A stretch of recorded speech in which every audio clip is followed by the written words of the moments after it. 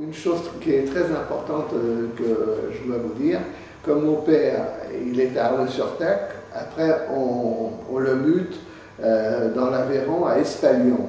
Et entre-temps, il a dû se renseigner, et même dans les lois de Vichy, c'était stipulé que les gens qui ont été internés, s'ils peuvent prouver qu'ils ont une certaine somme d'argent par une famille ou par sa propre famille, et qui sont français, peuvent être libérés en résidence surveillée à leur choix, à l'endroit où ils veulent, mais à condition de prouver leur nationalité. Alors mon père a commencé à faire le nécessaire, puisque sur les 5 enfants, il y en a 4 qui sont français, enfin 4 qui sont nés sur le sol français et qui ont été déclarés à la naissance, donc on est français par déclaration, et en plus de naissance, c'est-à-dire à partir de moi, Alexandre, jusqu'à ma sœur Monique. Mais mon frère Léon, non, parce que mon frère Léon est né encore en Pologne, et on ne l'a pas naturalisé,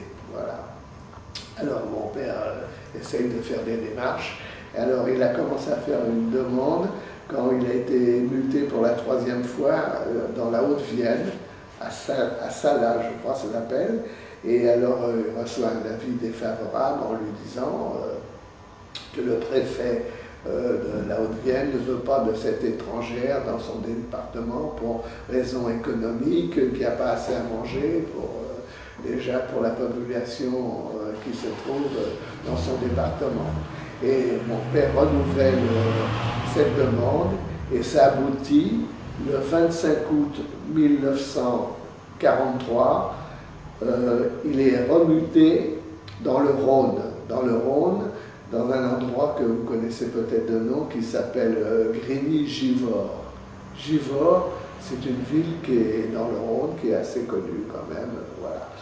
Alors, ça a réussi, mais entre-temps, mon père est venu nous voir 2 fois dans le camp, au parloir. Il avait le droit de rentrer, parce qu'il avait un ordre de mission, sans doute de son chef, puisque après il regagnait l'endroit où il se trouve. Alors, quand il est venu au parloir, il est venu avec un grand pain comme ça, un pain de paysan, je ne sais pas, je n'ai jamais vu à Paris, des pains comme ça qui devaient peser au moins 3 kilos. Et la seule chose qu'on a fait, mon frère et moi, pourtant on adorait notre père, on ne s'est pas occupé de lui du tout. Je ne veux pas dire qu'on ne l'a pas regardé, mais pas loin. Hein. Et ben, on a pris le pain et puis on l'a mangé, quoi, voilà.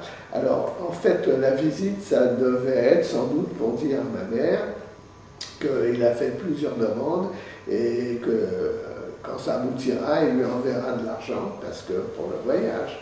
Et en effet, au bout de 9 mois et demi de cure, c'est-à-dire en tout 11 mois à peu près,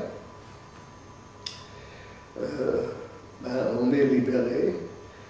Et à 5 h du matin, on sort du camp et on est libéré sur Grigny. Parce que sur le certificat de libération, c'est marqué certificat de libération, Madame Mittal, ma mère avec ses 5 enfants, seront mis en route à Grigny à leurs frais. C'est-à-dire que c'est pas le chef du corps de Gurs qui nous donne de l'argent. Donc les 2 visites de mon père, la 2e visite, il avait dû donner de l'argent. Et moi, je suis un enfant de 10 ans, ben, je me suis soutenu à ma mère pour vous dire tout ça, mais moi, je n'étais pas dans les confidences. Hein. Plutôt Léon, mon frère, qui a quand même presque 13 ans. Et on arrive à Grigny, je ne sais pas si c'est important de vous le dire, mais quand même, mon père n'est pas là. Alors, on va à l'endroit où lui, normalement, il devait loger. Alors, son chef de l'époque nous dit, c'était un russe blanc qui avait qu'une main, il s'appelait Ivanov, il nous dit à ma mère, votre mari est à Lyon. À Lyon, c'était à 15 km à peu près. Il a retrouvé de la famille et je crois qu'il va venir vous chercher ce soir pour vous emmener à Lyon-Villeurbanne. Hein, c'était à Villeurbanne exactement. Alors bon, ben on l'attend, on voit mon père, on est très heureux, alors il parle sans doute avec ma mère, et puis il lui dit, ben oui, il y a Joseph et puis il y a Louis qui sont à Villeurbanne. Joseph Louis, c'est ses neveux, et c'est mes cousins germains. Ils s'appellent Allenbrenner comme moi. Joseph Allenbrenner et Louis Allenbrenner. Mais ce que je l'ai su pratiquement à la libération de Lyon, mais à cette époque je ne savais pas, c'est que Joseph était dans la résistance. Il était dans un groupe de gauche, très gauche, puisque c'était le commandant en chef de ce groupe, c'était Charles Tillon.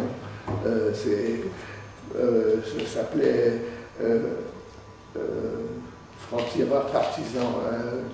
Lui, il dépendait de Carmagnole et Liberté, qui a été formé à Grenoble. Carmagnole et Liberté, c'est-à-dire Carmagnole venait de Grenoble et Liberté s'était rajouté à Villeurbanne. Mais le grand chef, c'était les francs-tireurs partisans, voilà, c'est ça. Alors on arrive à Lyon, enfin à Lyon-Villeurbanne, et on rentre dans un tout petit logement de 20 mètres carrés, et c'était le logement de mon cousin Joseph, et qui nous l'avait cédé. Voilà. Et bon, il est dans la résistance, mais nous, on ne le sait pas. En tous les cas, pas moi qui ai 10 ans, on ne me met pas dans la confidence, 11 ans, pardon, ni Léon, et ni ma mère, elle n'était pas au courant non plus. Et mon père, il avait demandé de changer d'emploi, car pécuniairement, ça ne suffisait pas ce qu'il gagnait à Grigny. Alors il a demandé un emploi même peut-être plus difficile, mais mieux rémunéré, parce qu'en attendant qu'il accueille sa femme avec ses 5 enfants et que nous n'avons pas encore de carnet d'alimentation, donc ça va être difficile. On lui trouve un emploi dans une usine de soins artificiels qui se trouve à Vaux-en-Velin, voilà, dans le Rhône, et qui n'est pas très loin de la maison. Et pourquoi que c'est mieux rémunéré? Parce que là-bas, on fait les 3-8. Donc c'est difficile pour la nourriture. Alors on va au Secours National, et au Secours National, on nous donne un carnet. Et alors c'est marqué bon pour 180 soupes. Alors je vais avec un pot au lait. 180 soupes, on nous donne quelques habits, on nous donne quelque chose, enfin c'est noté tout ça, des bons pour ci, des bons pour ci. Vous demandez